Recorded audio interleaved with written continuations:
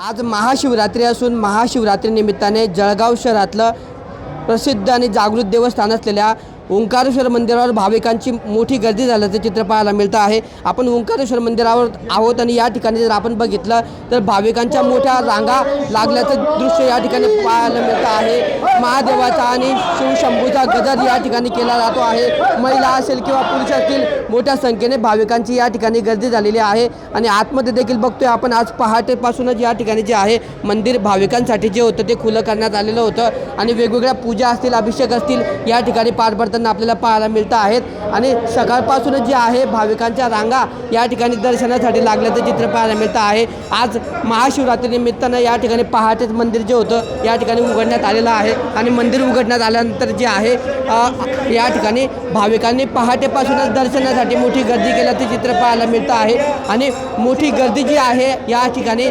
महादेवाच्या दर्शनासाठी झाल्याचं चित्र पाहायला मिळतं आहे। आज मान्यवरांच्या हस्ते या ठिकाणी महाआरती केली जाते आणि महाआरतीनंतर जे आहे या ठिकाणी दिवसभर जे आहे वेगवेगळ्या पूजांचा कार्यक्रम या ठिकाणी पार पडत असतो, वेगवेगळ्या पूजा अभिषेक या ठिकाणी पार पडत असतात। अशा पद्धतीने जे आहे आज महाशिवरात्री निमित्ताने जे आहे ओंकारेश्वर मंदिरावर जे आहे प्रचंड मोठी गर्दी या ठिकाणी झालेली आहे। जवळपास 300 ते 400 वर्ष पुरातन हे मंदिर आहे आणि जागृत देवस्थान असल्यामुळे या ठिकाणी जळगाव शहरासह जिल्हाभरातील भाविक या ठिकाणी दर्शनासाठी येत असतात आणि त्यामुळे आज महाशिवरात्री निमित्ताने आज भाविकांनी या ठिकाणी पहाटेपासूनच मोठी गर्दी केल्याचं चित्र पाहायला मिळत असून आज या ठिकाणी महादेवाचा जो आहे जयघोष केला जातो आहे। किशोर पाटील, TV9 मराठी, जळगाव।